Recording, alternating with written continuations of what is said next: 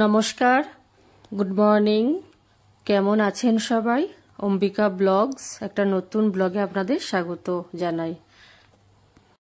আমরা বাড়ির থেকে বের হচ্ছি, কোথাও যাব, তো ভাবলাম পাখিগুলোকে একটু দেখে নিই। আর আমি যখন বাড়ির থেকে বের হই তখন পাখিগুলোকে আমি দেখে বের হই, আবার এসে আমি দেখি, আমার এটা অভ্যাস। তো ওদেরকে আমি খুব ভালোবাসি। তো দেখলাম যে ওই দুটো পাখি অনেকদিন বের হচ্ছে না, আবার নতুন করে ডিম পাড়া শুরু করেছে। তো দেখুন এই যে ডিমগুলো আপনাদেরকে দেখালাম। এই যে দেখুন বাড়ির থেকে বেরিয়ে পড়েছি, এখন রোডে যাচ্ছি, ব্যাঙ্গালোর রোড শেয়ার করছি। আর যেহেতু এখান থেকে চলে যাব, তো একটু একটু কাজ বাকি আছে, তো সেইগুলো সমস্ত সেরে নিচ্ছি। আর আমরা স্টেডিয়ামের পাশ দিয়েই যাচ্ছি, তো স্টেডিয়ামটা শেয়ার করলাম। আর স্টেডিয়ামের আমি এসেছিলাম যেই দিন চেন্নাই আর ব্যাঙ্গালোরের খেলা ছিল, এখানে ক্যান্টিন আছে, তো আর্মি ক্যান্টিন, সেই ক্যান্টিনে এসেছিলাম। তো সেদিন প্রচণ্ড ভিড় ছিল, আর ক্যামেরাটা আর মানে ফোনটা আমার হাতে ছিল না, তো তাড়াতাড়ি করে আর করা হয়নি। তো সেই দিন করলে আপনারা বুঝতে পারতেন এত সুন্দর দেখাচ্ছিল এখানটা। আর আজকে খেলা টেলা নেই, তো স্টেডিয়ামের পাশ দিয়ে যাচ্ছি, ভাবলাম একটু শেয়ার করি ব্যাঙ্গালোরের স্টেডিয়াম এটা।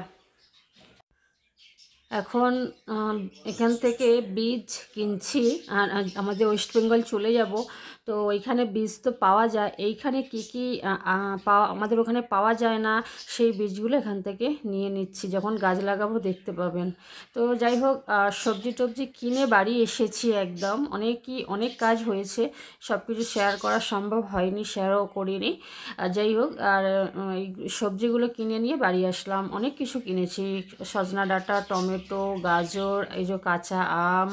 এখানে তো আম বিখ্যাত, একদম কাঁচা পাকা সব ধরনেরই। তো খুব সুন্দর মিষ্টি খেতে, টকও খুব একটা না।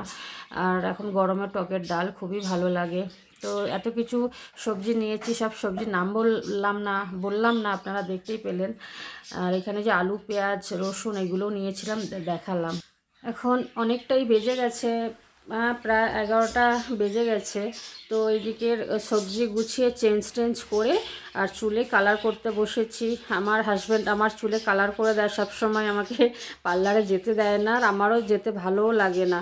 আমার পার্লারে গিয়ে কিছু করা, আমি পার্লারে যাইই না, বিশেষ করে শুধু ওই ভ্রু প্লাক করতেই যাই, আদার্স আমি কোনো কিছু করতে যাই না, যা কিছু আমি নিজেই ঘরে করি। আর আমার এই চুলে কালারটা আমার হাজব্যান্ড আমাকে করে দেয় সব সময়। এরকম ভাগ্যবতী কজন আছে, খুব লাকি যে হাজব্যান্ড চুলে কালার করে দেয়। তো এই আর কি। আর আমার হাজব্যান্ডেরও আমি করে দিই, আবার নিজেও করে নেয়, কিন্তু আমারটা একা একা করা সম্ভব হয় না, তো বললেই করে দেয়। কি আমি নাও যদি বলি চুল সাদা দেখতে পাই, এখন চুল পেকেছে, তো করে দেয়। বয়সের সাথে সাথে তো পাক ধরবেই, কিছু করার নেই, ন্যাচারাল ব্যাপার, এই আর কি। স্নান টান সেরে একদম রান্না করতে চলে এসেছি। ওই যে ওটা ধোয়াও হয়নি, ওখানে আমি রেখে দিয়ে আর স্নান করতে চলে গেছি, ভুলেও গেছি। তো রান্নাটা বসাবো। আর ওই যে মাছ দেখালাম, মাছের জন্য মশলা আমি পিষে নিয়েছি। আমি সমস্ত কিছু মিক্সিতে পিষে রান্না করি, আমি কাঁচা লঙ্কাটা খুব খাই। মাছের তেল বসিয়েছি, মাছ ভাজতে দেবো। আর ওখানে ডালের সিটিটা পড়ছে, ওখানে টক ডাল মানে আমের ডাল বসিয়েছি, ওখানে ভাত বসিয়ে দিয়েছি, এই ব্যাপার। আর মাছটা হলো ওই যে বোয়াল মাছ, মানে বোয়াল মাছ রান্না করব। আজকেই নিয়ে এলাম, গিয়েছিলাম, আর ওইদিকে বেশ ভালো টাটকা পেলাম, নিয়ে আসলাম। আর এই যে রান্না করতে করতে এইটা ধুয়ে নিচ্ছি, আর নালে আর মনেই থাকবে না। এই যে বোয়াল মাছটা যেহেতু ফোটে আর কি, ফটফট করে গায়ে তেল পড়ে, চাপা দিয়ে একবার ভেজে নিয়েছি, সেটা শেয়ার করতে পারিনি। যাই হোক, আবার একবার বসিয়েছি, তো সেটা একটু দেখানোর চেষ্টা করব। আর এরকম ঢাকা দিয়ে বোয়াল মাছ ভাজতে হয়, নালে যারা জানেন না হট করে কড়াতে দিয়ে দেবেন, আর পুরো একদম মুখটুক হাত টাত পুড়ে যাবে। আর এরকম করে ওই যে ঢাকা দিয়ে, তাই ফুটফুট করছে, আমাকে ভয়ও লাগছে।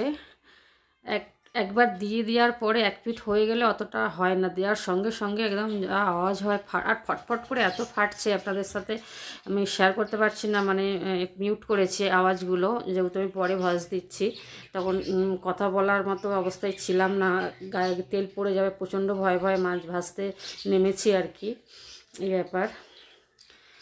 আস্তে আস্তে পাকা রাঁধুনি হয়ে উঠছি। আগে তো কোনো এক্সপিরিয়েন্স ছিল না, এখন তো অনেকই হয়েছে। যাই হোক, আর মাছ ভাজা হয়ে গেছে, মশলা কষছি, এখানে আমের ডালটাও হয়ে গেছে, আর সাতুলেও দিয়েছি। ওপর থেকে শুকনো লঙ্কা আর সর্ষেকে তেলে ভেজে ওপর থেকে দিয়ে দিয়েছি, ডালের ফোড়ন হয়ে গেছে। আর এখানে টমেটোগুলো দিয়ে দিলাম। তো এখানে আদা, রসুন, পেঁয়াজ, কাঁচা লঙ্কা দিয়ে পেস্ট বানিয়েছিলাম মিক্সিতে, সেটা তেলেতে দেওয়ার পরে কালো জিরে ফোড়ন দিয়ে মশলাটা দেওয়ার পর টমেটোগুলো দিয়ে ভালো করে কষিয়ে নিচ্ছি মশলা। তেল ছেড়ে দিয়েছে মোটামুটি, এবার জল দিয়ে দেবো।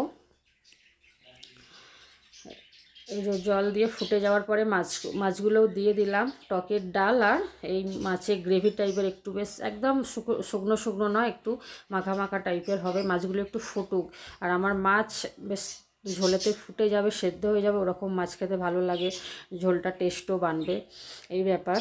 তো এই রান্না আজকে করেছি গরমের সময়তে। আজকে এতটুকু শেয়ার করলাম, ব্লগ এখানে এন্ড করছি। সবাই ভালো থাকবেন, লাভ ইউ অল।